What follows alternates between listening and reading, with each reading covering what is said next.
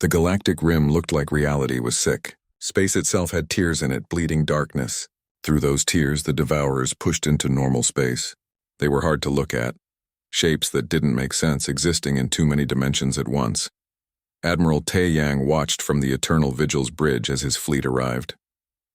They were too late to save 7 star systems. Billions dead, but they could stop it from spreading. They had to. All ships, defensive formation Delta, Tae-Yang ordered. Quantum weapons hot. Dimensional anchors ready. This is what we trained for. Show these things why humanity survived. The ancient fleet moved into position. 3,000 massive warships forming a wall between the Devourers and the rest of the galaxy. Behind them, coalition forces arrived in chaos. 50,000 ships from 47 different species, all terrified, all trying to figure out what to do. High Arbiter Thelvax's flagship limped into the formation. His ship was damaged from a previous skirmish with a Devourer scout. His voice crackled over the communication channel. Admiral Tae-Yang, we're here. Tell us how to help. Fall back behind our line, Tae-Yang said. Your weapons won't hurt them, but you can screen us from flanking attacks. If anything gets past us, you hit it with everything you have. Buy us time to reposition. Understood, Thelvax said. The pride was gone from his voice. Just grim determination and fear. Captain Heywan coordinated with modern Earth forces. Captain Youngsu commanded a small destroyer squadron, new ships built by modern humanity. They were tiny compared to the ancient vessels, but they were fast and their crews were brave. Stay mobile, Heywan told Youngsu. The Devourers are slow in normal space. Use your speed. Draw them into kill zones where the big ships can hit them. The first wave attacked. Devourers poured through the spatial tiers like living nightmares. They didn't fly through space, they moved by folding reality around themselves. Where they passed, space itself seemed to rot. The ancient fleet opened fire. Quantum disruptors lashed out, beams of collapsed probability that struck across 7 dimensions at once. Dimensional anchors fired, creating stable pockets of space-time that trapped the Devourers in normal reality.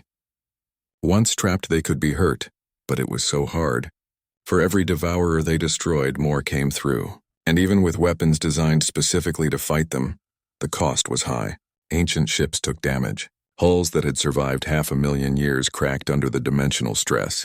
Crew members died as reality itself broke around them. Tactical Officer Hyunwoo monitored the battle from his station. His screen showed hundreds of data streams tracking enemy movements, energy readings, dimensional fluctuations.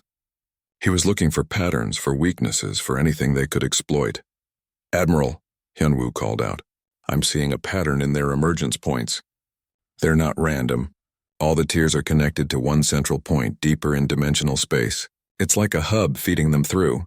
A nexus, Tae-Yang said. We theorized those existed in the old war but never confirmed it. If we could strike the nexus, we might sever their connection to this reality. How do we hit it? Heywan asked. It's not in normal space. We phase shift, Tae-Yang said. Send a ship through the dimensional barriers into higher space. Attack the nexus directly. The bridge went quiet. Everyone knew what that meant. Ships that phase shifted into higher dimensions rarely came back. The human mind wasn't built to perceive 7 dimensions. Most people went insane or died from the neural stress. I'll take the Eternal Vigil, Tae-Yang said quietly. We're the strongest ship. Best chance of surviving long enough to strike the nexus.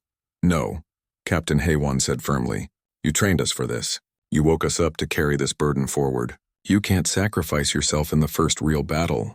Let us prove we learned your lessons. Tae-Yang looked at her. Really looked. She was so young compared to him, but she had the same fire in her eyes that his ancient crew had possessed. The determination to protect humanity no matter the cost. What do you propose? He asked. Modern ships, Heywan said. Youngsu's destroyer squadron. They're small, fast, and expendable. We fit them with quantum shielding from the ancient fleet.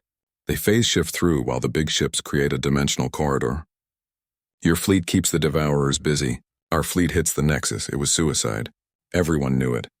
But it was better than losing the flagship and the admiral who knew how to fight this war. Tae-Yang made the decision. Do it, retrofit Youngsu's squadron. We'll create the corridor. In another part of the fleet, ancient pilot Wu Jin prepared her fighter wing. She had been a pilot 500,000 years ago, flying in battles against the Devourers. Now she was doing it again, with modern human pilots as her wingmates. Listen up, she told them over the squadron channel. I've fought these things before. They're fast in higher dimensions but slow in normal space. Stay in normal space as long as possible. Use your speed. Don't try to be heroes. Dead pilots don't save anyone. Her fighters launched, providing escort for Young Su's destroyers as engineers worked frantically to install quantum shielding. The technology was ancient, not designed for modern ships. They were basically holding it together with hope and quick welds. The second Devourer wave hit. Bigger this time. More coordinated. Coalition forces tried to help, but their weapons were useless. Energy beams passed through the Devourers or got absorbed, making them stronger. Several Coalition ships were destroyed, consumed by the dimensional predators. High Arbiter Thelvax watched his people die and felt helpless. His mighty Vryn Empire, strongest in the galaxy, couldn't do anything. His weapons were toys. His shields were paper. Only the humans, the species he had mocked weeks ago, stood between his civilization and extinction. All Coalition forces, he broadcast. Protect the human ships. They're our only hope. Whatever they need, give it. If they fall, we all die. Young Su's squadron was ready. 5 destroyers, barely held together, quantum shielding flickering on their hulls. His crew was scared but ready. They knew this was probably a one-way trip. Admiral Tai Yang, Young Su called. We're ready for phase shift. Acknowledged, Tai Yang said. All ancient fleet ships form corridor formation. Maximum power to dimensional anchors. We're going to punch a hole through reality itself.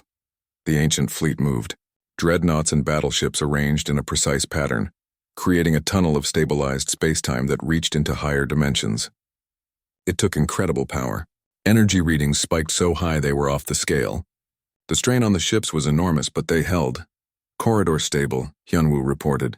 Duration limited. They have maybe 5 minutes before we have to shut down or the ships start breaking apart.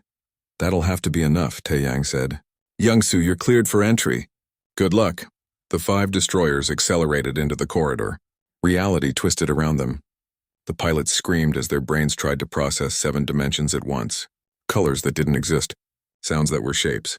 Time flowing in multiple directions. Wu Jin's fighters followed, escorting them through the madness.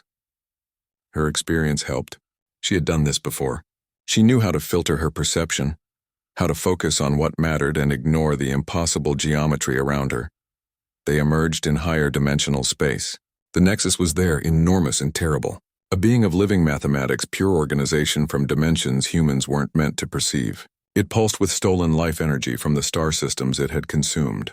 Target acquired, Young Su said. His voice was strained, barely holding on to sanity. All ships weapons free. Hit it with everything. The destroyers fired. Quantum torpedoes, modified to work in higher dimensions, streaked toward the Nexus. The Nexus reacted, sending defensive tendrils of folded space. 2 destroyers exploded immediately, torn apart by dimensional stress. Wu Jin's fighter took a hit. Her left wing shattered, control systems failing. But she didn't pull back. She armed her quantum reactor for overload and aimed at the Nexus's core. For everyone who slept in the dark, she transmitted. For everyone who's going to live because we fought. For Earth. Her fighter crashed into the Nexus at impossible speed. The quantum reactor detonated, releasing energy across 7 dimensions simultaneously. The Nexus screamed, a sound that existed as pure mathematics, and began collapsing. Young Su's remaining destroyers fired everything they had into the collapsing Nexus. Explosions tore through higher dimensional space.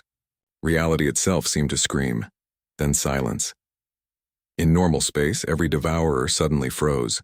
Without the Nexus coordinating them, they lost cohesion. They began retreating, pulling back through the tiers in space, fleeing into deeper dimensions. The ancient fleet pressed forward. Dimensional anchors slammed into place across the galactic rim, creating permanent barriers that stabilized spacetime. The tiers began closing, reality healing itself. Cease fire, Admiral Tai Yang ordered. Secure the barriers. Make sure nothing can easily break through again. The battle was over. Humanity had won. But the cost was terrible. 1/3 of the ancient fleet was damaged or destroyed, thousands of crew members dead. Wu Jin and 3 of Young Su's 5 destroyers didn't come back from the higher dimensions. In the aftermath, the galaxy was quiet. The Galactic Assembly met one more time. This time there was no debate. The Galactic Assembly Hall was different this time. When Commander Dongwu walked in, aliens stood up. Some bowed. Others moved aside quickly, making room. The mockery was gone, replaced by fear and respect. High Arbiter Thelvax greeted Dongwu personally. Commander, thank you for coming. We are eager to discuss the new situation. You mean the situation where you tried to threaten Earth and it didn't work? Dongwu said flatly. Delvax's face changed colors. Embarrassment, maybe. Or anger he couldn't express. That was an unfortunate misunderstanding. War Master Kolthar acted hastily. The Crete Dominion apologizes. Where is Kolthar? Dongwu asked. He has been relieved of command. The Crete government is very sorry for his actions. Dongwu nodded. They should be sorry. But he had bigger concerns now. He walked to the center of the chamber and activated a holographic display. It showed the galactic rim, the edge of known space. Red warnings blinked at several points. We're not here to discuss Earth's fleet, Dongwu said. We're here to discuss something much more dangerous. 500,000 years ago, humanity fought a war against enemies called the Devourers. We lost. Our civilization fell. We hid and forgot, but the Devourers didn't die. They just went dormant, and now they're waking up. The display showed spatial tiers, reality ripping open like fabric. The aliens leaned forward, studying the images. These anomalies appeared 3 days ago, Dongwu continued. They match ancient human records perfectly. The Devourers are coming back. An alien representative from the Torvik Collective stood up. What are these Devourers? Why haven't we heard of them? Before Dongwu could answer, another hologram appeared. Admiral Taeyang materialized in the center of the chamber, transmitted from the Eternal Vigil. Because you're young, Taeyang said. His voice was tired but strong. Your civilizations are 10,000, 20,000 years old. Impressive by your standards. But we fought the Devourers 500,000 years ago. They are older than all of you combined. The Admiral's hologram expanded the display. Images appeared, pulled from ancient archives. Things that looked wrong, that hurt to look at. Creatures that existed in multiple dimensions at once, feeding on the energy of living beings. The Devourers come from dimensions beyond our reality, Taeyang explained. They're attracted to life, to thought, to civilization.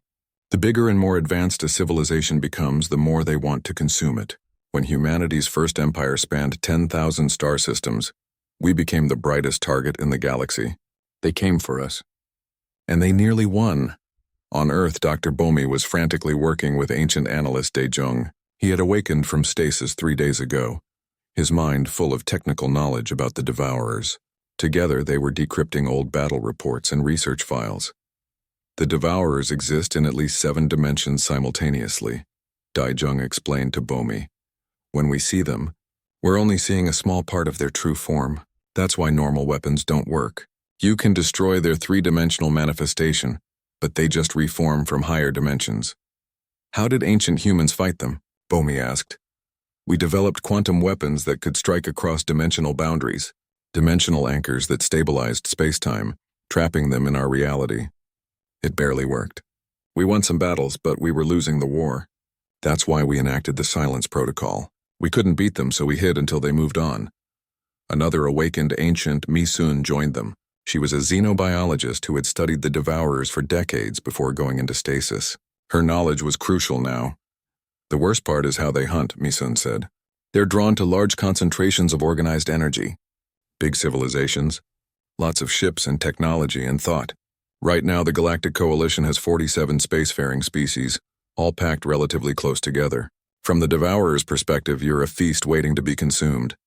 And Earth waking up our fleet probably didn't help, Bomi said quietly. No, Misun agreed. The quantum energy from our ships activating was like ringing a dinner bell. But it would have happened eventually. The coalition was already big enough to attract attention. We just accelerated the timeline. Back in the assembly, the aliens were arguing. Some didn't believe the threat was real. Others wanted to send military forces to the galactic rim immediately. A few suggested attacking Earth, claiming humans brought this danger. Admiral Taeyang let them argue for a while. Then he spoke, and his voice cut through the chaos like a blade. Attacking us won't help. The Devourers are coming whether you blame humans or not. And your weapons won't stop them. Energy beams, missiles, nuclear weapons, all useless. They'll absorb the energy and use it to grow stronger. The only way to fight them is with dimensional technology. Technology only we possess. Then share it, the Torvik representative demanded. Give us these weapons. It's not that simple, Taeyang said. The weapons require quantum-locked cores. Manufacturing them takes years, even with ancient facilities. We don't have years. We have days, maybe weeks before the Devourers breach in force. High Arbiter Thelvax stood up. His voice shook slightly. Then what do you propose? We fight, Taeyang said. Earth's ancient fleet will deploy to the Galactic Rim. We'll hold the line while you evacuate vulnerable systems. Your fleets will support us as best they can, and we'll pray we're strong enough this time.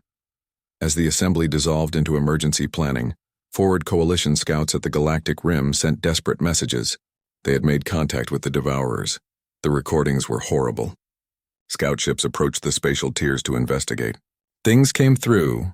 Darkness that swallowed light. Tentacles made of folded space. Sounds that registered as mathematical impossibilities. The ships tried to retreat. Most didn't make it. One transmission came through intact. A Vryn scout captain's final message. They're everywhere. They're in the hull, in the computers, in my crew's minds. Reality is breaking. I can see dimensions I shouldn't be able to see. It hurts so much. Whatever these things are, they're not from our universe. They're not supposed to exist here. Someone stop them, please. Then static 3 coalition star systems went dark. Communication cut off. When probe ships investigated, they found nothing. The systems were empty. No planets, no stars, no debris. Just empty space where billions of lives had existed hours before. The galaxy panicked, fleets mobilized, civilians evacuated, governments declared emergencies, and through it all, Earth's ancient fleet prepared to move. Admiral Taeyang stood on the bridge of the Eternal Vigil, watching his ships form up. 3,000 capital ships, 20,000 support vessels. It seemed like a lot. He knew it wasn't enough. Captain Haywan found him there. Sir, the coalition is requesting we coordinate with their forces. They're sending everything they have to the Rim. 50,000 warships. It won't be enough, Taeyang said quietly. But it's what we have. Tell them to form defensive lines behind our positions. We'll be the first shield. If we fall, they'll have to become the second. Will we fall? Haywan asked. Taeyang didn't answer right away. He looked at Earth on the view screen hanging in space like a blue jewel. Home. The world he'd sworn to protect 500,000 years ago. We fell last time, he finally said. We had more ships then. Better weapons. More knowledge. And we still fell. But this time we have something we didn't have before. What's that? Experience. We know how they fight. We know their weaknesses. And we know the price of failure. Last time we saved humanity by hiding. This time there's nowhere to hide. 47 civilizations, trillions of lives. If we fail, everyone dies. That knowledge makes you fight harder, smarter, more desperately. He turned to face his crew. Ancient warriors and modern humans working side by side. People separated by 500,000 years of history, united by the need to survive. All ships prepare for jump to Galactic Rim, combat stations. This is what we were built for. This is why we slept so long. The Devourers took our empire once. They will not take our galaxy. Move out. The ancient fleet vanished from Earth space, jumping to faster-than-light speed. Behind them, coalition forces scrambled to follow. Across the galaxy, beings of 100 different species looked to the stars and prayed to their various gods. At the Galactic Rim, spatial tiers grew larger. More things pushed through from the higher dimensions. The Devourers sensed the approaching fleets. They sensed the organized energy, the concentrated life, the delicious thought and technology. And they were hungry. So very hungry. 500,000 years was a long time to wait between meals. War Master Kolthar was not used to feeling uncertain. He commanded the Crete Dominion's military, one of the coalition's strongest forces. He had won hundreds of battles, but as his fleet dropped out of hyperspace at the edge of Earth's system, he felt something cold in his stomach. 500 warships surrounded him, Crete battlecruisers, heavy destroyers, carrier groups, more than enough firepower to destroy a planet. He arranged them in attack formation, weapons ready but not charged. This was supposed to be intimidation, not war. Not yet, anyway. Open a channel to Earth, Kolthar ordered. His message was simple. Earth had 72 hours to surrender the ancient technology to the Coalition for analysis and security purposes. If they refused, Earth would be declared a rogue state and dealt with accordingly. Kolthar expected fear, maybe begging. Instead, he got silence. Earth didn't respond at all. Try again, he ordered, still nothing. Hours passed. Kolthar's fleet waited at the edge of the Sol system, weapons trained on the inner planets, The ancient human ships just floated there, not moving, not reacting, like they didn't even care about the threat. That made Kolthar angry. He was a warrior. He deserved respect even from enemies. This silence was insulting. On Earth, Captain Haywan stood in the command center aboard the ancient flagship Eternal Vigil. She was the liaison between modern humans and the awakened ancient fleet. Around her, old warriors moved through corridors, learning to walk again after 500,000 years of sleep. She found Admiral Tae Yang on the bridge. He was studying tactical displays, watching Kolthar's fleet. "They're threatening us," Haywan said. 500 ships. Should we respond? "We are responding," Tae Yang said calmly. "We're ignoring them. That's the strongest response possible. But sir, they might attack. Modern Earth forces can't stop them." Tae Yang looked at her kindly. "Captain, you've lived in a galaxy where numbers matter, where more ships means more power. That's not wrong. But you haven't seen what we can do yet.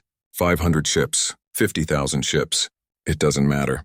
Let me ask you something.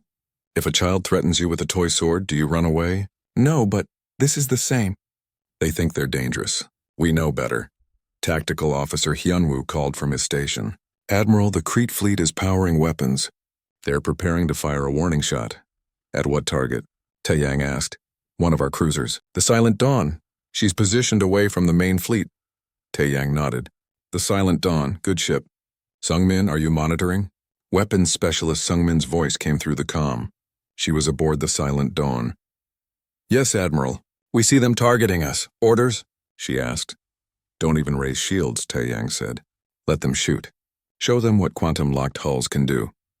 In Kolthar's command ship, the War Master was losing patience. "Fire on that vessel.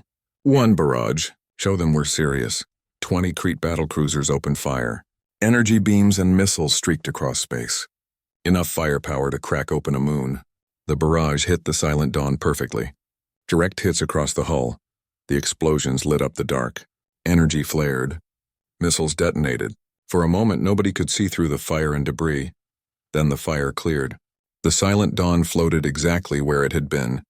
Not moving. Not damaged. Not even scratched. The energy from the attacks had just disappeared, absorbed into the quantum-locked hull and distributed across dimensional boundaries. On Kolthar's bridge, alarms started blaring. "Sensors were going crazy, sir," an officer shouted. "The human ship is returning fire." The Silent Dawn's forward weapon ports glowed. A beam of collapsed quantum energy shot out. It moved faster than Kolthar's shields could react. The beam hit his flagship and spread across every system like lightning. Weapons went offline. Shields failed. Targeting systems crashed. Navigation control stopped responding. In less than 2 seconds, Kolthar's mighty battleship became a floating piece of metal. Not destroyed, not even damaged, just completely disabled. "What happened?" Kolthar roared. "Get systems back online."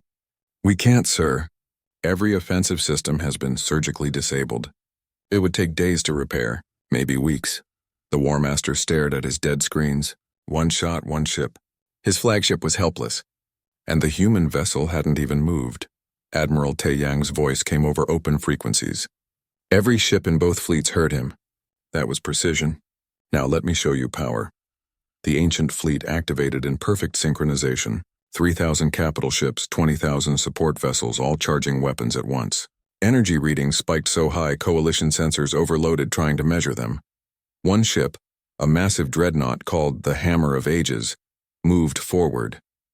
It was twice the size of Kolthar's flagship, covered in weapons that looked like art pieces. Beautiful and deadly.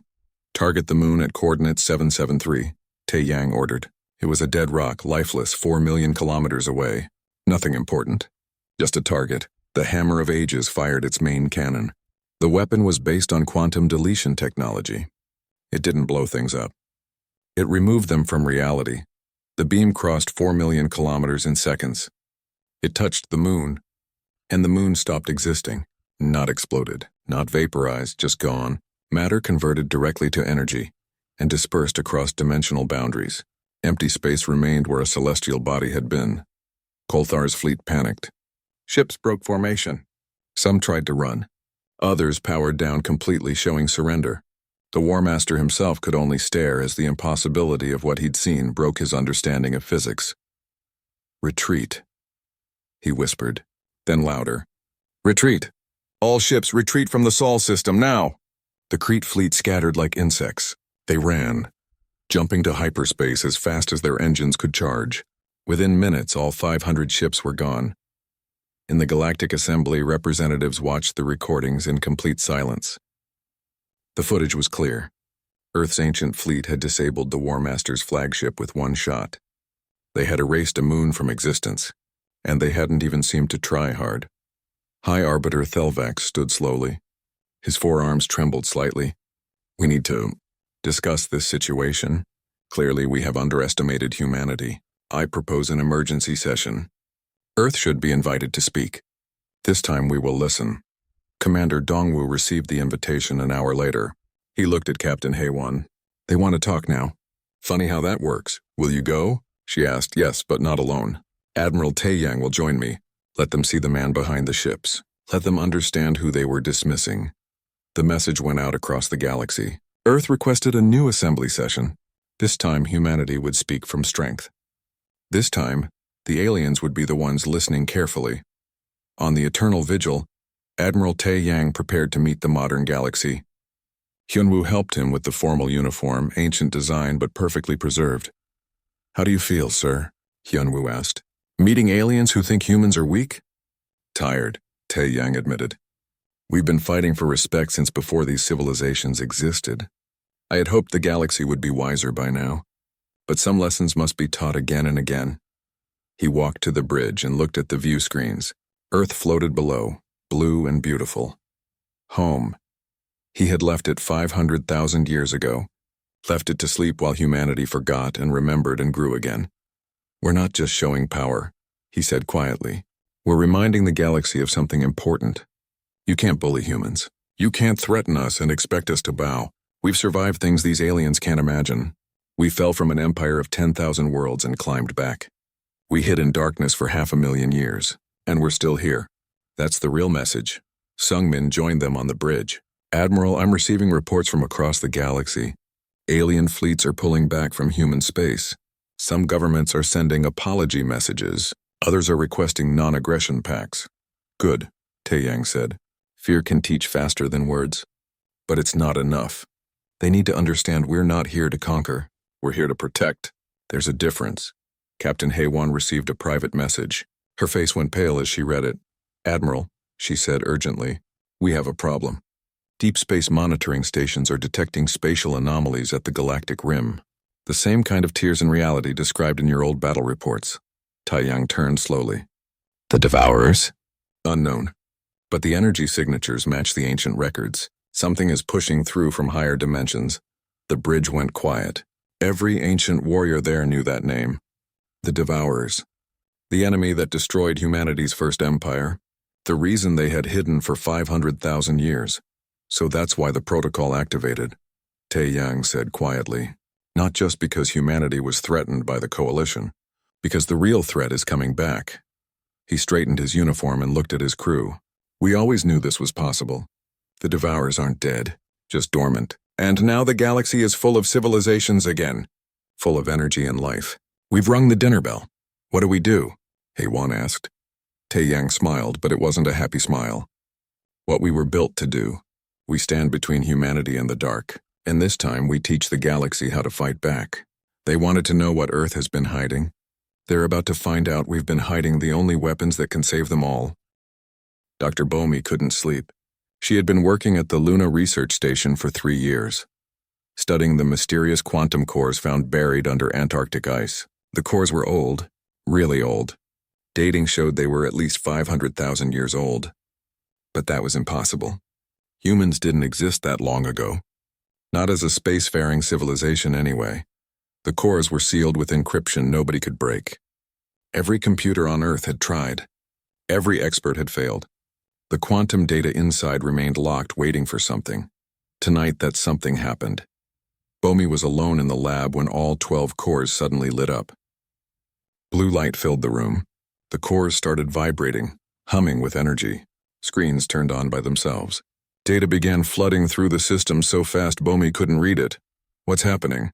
She shouted into her communicator. The cores are activating. Security rushed in. Scientists were called from their beds. Within minutes, the entire facility was awake and crowded into the lab.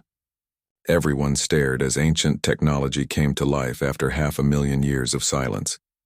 The data streams finally slowed enough to read. Bomi's hand shook as she pulled up the first file. It was a star map, but not of any space she recognized. Thousands of systems, all marked with human names, all labeled as colonies. "This can't be right," another scientist said. "It shows humans controlling 10,000 star systems. We only have 12. Bomi opened another file. Her eyes went wide. "It's not a mistake. Look at the dates. These files are from 500,000 years ago. According to this, there was a human empire that spanned most of the galaxy." "That's crazy," someone said. "We would know. There would be ruins, evidence." "Maybe there are," Bomi said quietly. "Maybe we just didn't know what we were looking at." More files opened. Military records, ship designs, battle reports. And then a file labeled the Silence Protocol. Bomi read it aloud. Her voice got quieter with each sentence. "In the face of extinction, humanity must vanish. The devourers cannot be defeated, only escaped. We will hide our greatest weapons outside time and space. We will erase our civilization's memory. Our children's children will start again on the homeworld, believing they are new to the stars. But if they ever face extinction again, if they join the galactic community and are threatened, the failsafe will trigger, the fleet will wake, the silence will end, and humanity will remember what it forgot." The room was dead quiet. Then the quantum cores projected a hologram. A man appeared wearing a uniform nobody recognized. His face was stern but kind. He looked completely human. "My name is Admiral Tae Yang," the hologram said. "If you are seeing this, the Silence Protocol has ended. You are the descendants of the greatest human empire the galaxy ever knew. We fell fighting an enemy called the Devourers. They came from dimensions beyond our reality, feeding on the energy of living civilizations. We couldn't stop them. We could only hide." The hologram showed images, massive battles in space, cities burning on 1,000 worlds, and things that hurt to look at, writhing tears in reality that consumed everything they touched. "We built a fleet," Tai Yang continued. "Ships designed specifically to fight the Devourers. We hid them in quantum suspension outside normal spacetime. We put our best warriors into stasis, and we erased all records of our empire. Our civilization collapsed. Our descendants forgot. You forgot. But we have been waiting for you to need us." The hologram looked directly at Bomi. It felt like he was really there, really seeing her across 500,000 years. "If you're watching this, it means you've rejoined galactic civilization. It means you're threatened. And it means we're waking up. Don't be afraid. We are still human. We are still your family. And we have been waiting so very long to come home." The hologram faded. Bomi realized she was crying. Across the solar system, more discoveries were happening. Ensign Jae Hwan was on patrol duty aboard the EDS Sejong, a small Earth destroyer. It was boring work scanning asteroids near Jupiter. Then his sensors exploded with readings. "Captain," Jae Hwan yelled, "something's appearing. Right in front of us. It's huge." The view screen showed empty space. Then that space began to fold. Reality bent like paper being creased, and something pushed through from somewhere else. The ship that emerged was beautiful and terrifying. It was 5 times the size of the biggest Earth battleship. Its hull was dark but shimmered with inner light like it was made of frozen starlight. Weapons ports covered its surface. Energy readings were off the scale. "Get me command," the captain ordered. "Now." More ships appeared, dozens, hundreds, massive fortress ships the size of moons. Sleek destroyers that looked alive, carriers that could hold entire fleets, all of them bearing designs no human had built, yet somehow looking perfectly human. On Luna, Dr. Bomi was frantically connecting to every system she could access. The quantum cores were interfacing with modern computers, bridging 500,000 years of technology in minutes. And through it all, a presence made itself known. Admiral Tae Yang's consciousness, preserved in quantum storage for longer than recorded history, was waking up. "Dr. Bomi," a voice said through her speakers. "Thank you for maintaining the cores. We can begin integration now, Admiral," Bomi asked. "Is that really you? Are you alive?" "I have been in stasis," Tae Yang replied. "My body sleeps in one of the flagships. My mind has been dormant, dreaming of old battles, but the protocol has awakened me. I am adjusting to being aware again. "Tell me, what year is it?" Bomi told him. She explained about Earth, about the 15 years in the coalition, about how humanity thought it was new to space. There was a long pause. When Taeyang spoke again, his voice was sad. "We succeeded then. You truly forgot. You started fresh, built civilization again from the ground up. That was the plan, but knowing it worked makes me feel very old." "How many ships do you have?" Bomi asked. "The Silence Fleet consists of 3,000 capital ships, 20,000 support vessels, and over 200 mobile fortresses. We also have weapons platforms, defense satellites, and manufacturing facilities, all quantum locked and hidden until today." Bomi did the math. The ancient fleet was larger than the entire Galactic Coalition's military combined. "What are you going to do?" she asked. "That depends," Taeyang said. "Why did the protocol activate? What threatens humanity?" Bomi explained about the coalition, about being denied defense systems, about being treated as weak and primitive. "I see," Taeyang said. His voice hardened. "The galaxy forgot its history. They don't know that humans once ruled a third of known space. They think you're children. They need to understand they're wrong." Across the coalition, panic was spreading. Emergency sessions were called. Military forces went on high alert. The monitoring stations that tracked all fleet movements were going crazy, trying to count the ships appearing in Earth's system. High Arbiter Thelvax called an emergency council meeting. "How did we miss this? How did humans hide an entire fleet from us?" "They didn't hide it from us," one of the intelligence officers said. "They hid it from time itself. Our analysts are saying these ships were stored in quantum suspension. They existed outside normal spacetime until today. No wonder we never detected them." "What's their capability?" War Master Kolthar demanded. "Unknown, sir. But the energy signatures are unlike anything we've encountered. One of their fortress ships is producing more power than our entire home fleet combined. And their hull materials aren't matching any known elements. It's like they're made of crystallized physics." On the Eternal Vigil, Admiral Taeyang's body was awakening. The stasis pod opened. Ancient mechanisms cleaned away the preservation gel. Taeyang took his first real breath in 500,000 years. He was old when he went into stasis. Gray hair, lined face, scars from a dozen wars, but the preservation was perfect. He felt exactly as he had the day he laid down to sleep. Around him, other pods were opening. His crew was waking. Officers, pilots, engineers, soldiers, men and women who had volunteered to sleep through history, waiting for a threat that might never come. Tactical Officer Hyun-woo was the first to speak. "Admiral, status?" "The protocol activated," Taeyang said. "Humanity needs us again." Weapons Specialist Sung-min checked her displays. All systems operational. Weapons charged. Fleet responding. "We are ready for combat." "Good," Taeyang said. "But first we need to talk to our descendants. They don't know who we are yet. They don't know what we can do. The galaxy needs to learn a lesson. You don't threaten humans, not ever. We will show them why." He opened a channel to all coalition frequencies. His voice would be heard across the galaxy. "Attention, Galactic Coalition. This is Admiral Taeyang commanding the Earth Silence Fleet. We are the guardians you forgot. We are humanity's long memory. For 500,000 years we have waited in darkness. We waited for the day when our descendants needed protection. That day has come. Let me be clear. Earth is not weak. Earth is not primitive. Earth is not yours to threaten or dismiss. We are the civilization that survived when the galaxy died. We are the warriors who fought the dark between dimensions, and we have awakened." The message ended. Across the galaxy, aliens listened in shock, some in fear, some in anger. Commander Dongwu stood in the Great Hall of the Galactic Assembly. Around him sat representatives from 47 different alien species. Some had scales, some had fur, others glowed with strange lights.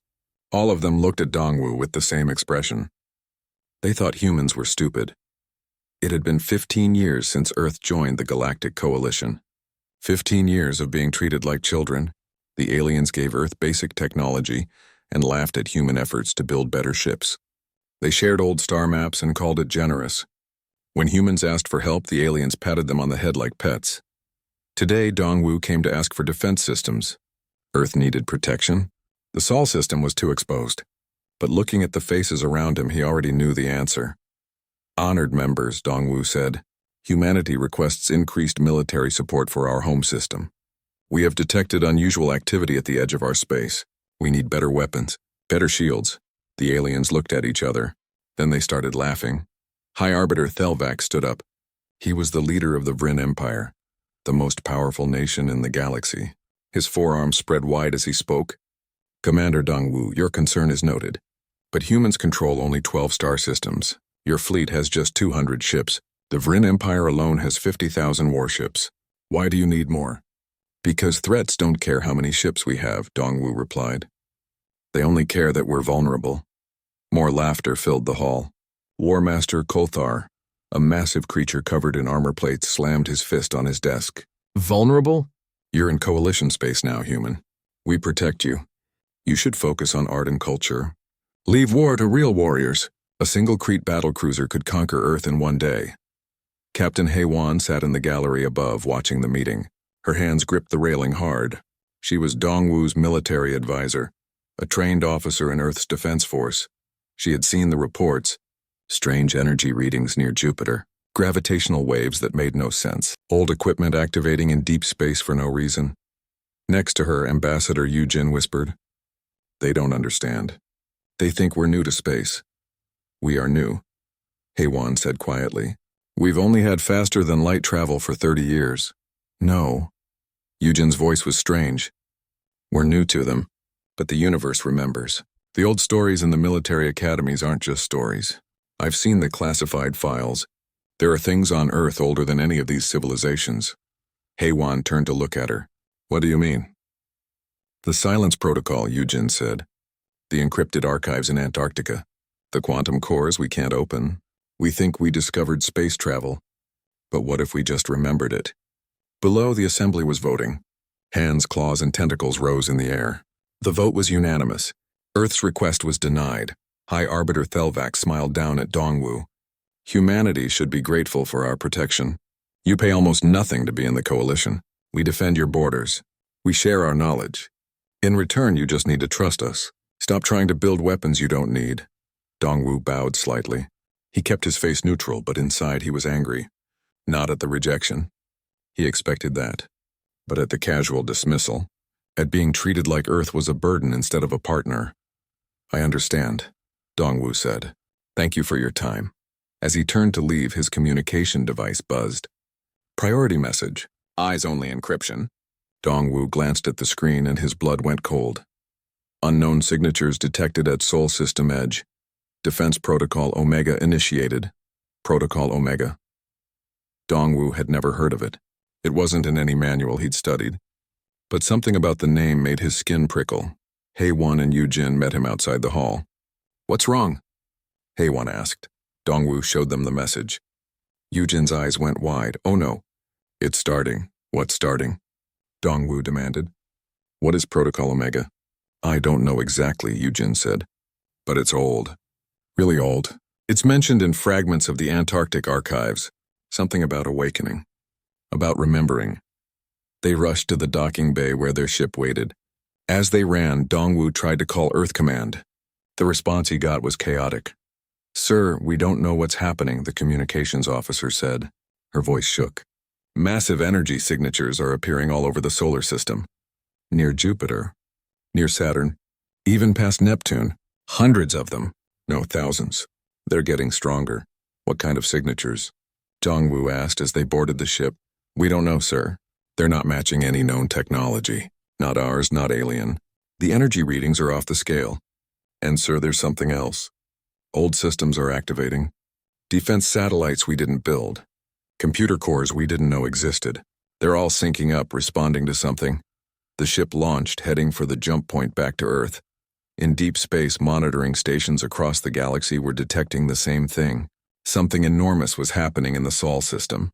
On their long-range sensors, Dongwu and his crew watched in shock, as space itself seemed to ripple near Earth. Reality was bending. Massive shapes were forming in the darkness, phasing into normal space from somewhere else. "Captain," the sensor officer called out. "I'm reading solid contacts, huge ones. They're bigger than anything we've ever built. Bigger than coalition dreadnoughts. Some of them are the size of moons." "Identify them," Heywan ordered. "I can't, ma'am. They're not in any database. Their hull composition isn't matching known materials." It's like they're made of folded space or something. And Captain, there are so many of them. I'm counting over 500 large contacts, maybe 1,000 smaller ones. They're appearing everywhere in our system. Back at the Galactic Assembly, alarms started blaring. The Coalition's deep space monitors had detected the anomalies. Emergency protocols activated. The session dissolved into chaos as representatives demanded answers.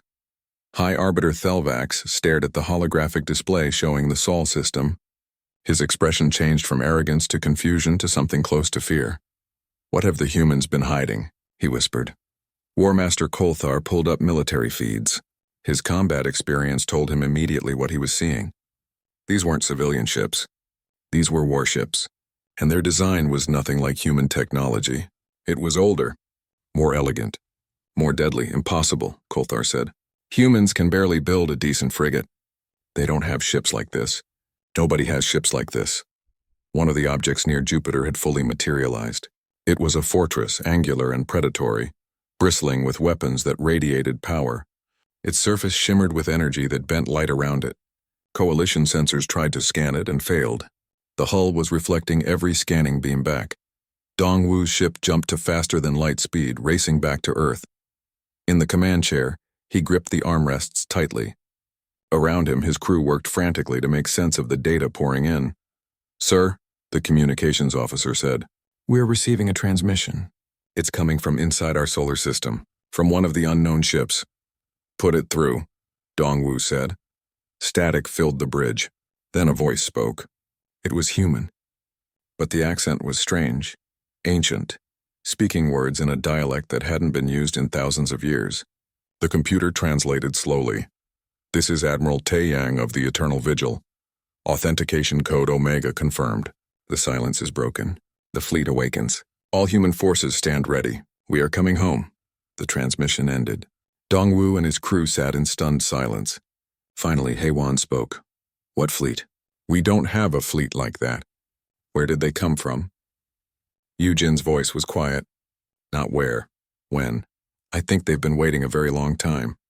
Across the galaxy, the news spread like fire.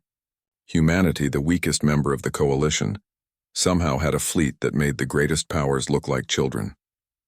Ships that appeared from nowhere, technology that predated known civilization, and an admiral who spoke like he'd been asleep for ages. The galaxy had underestimated Earth. Now it was about to learn why that was a terrible mistake.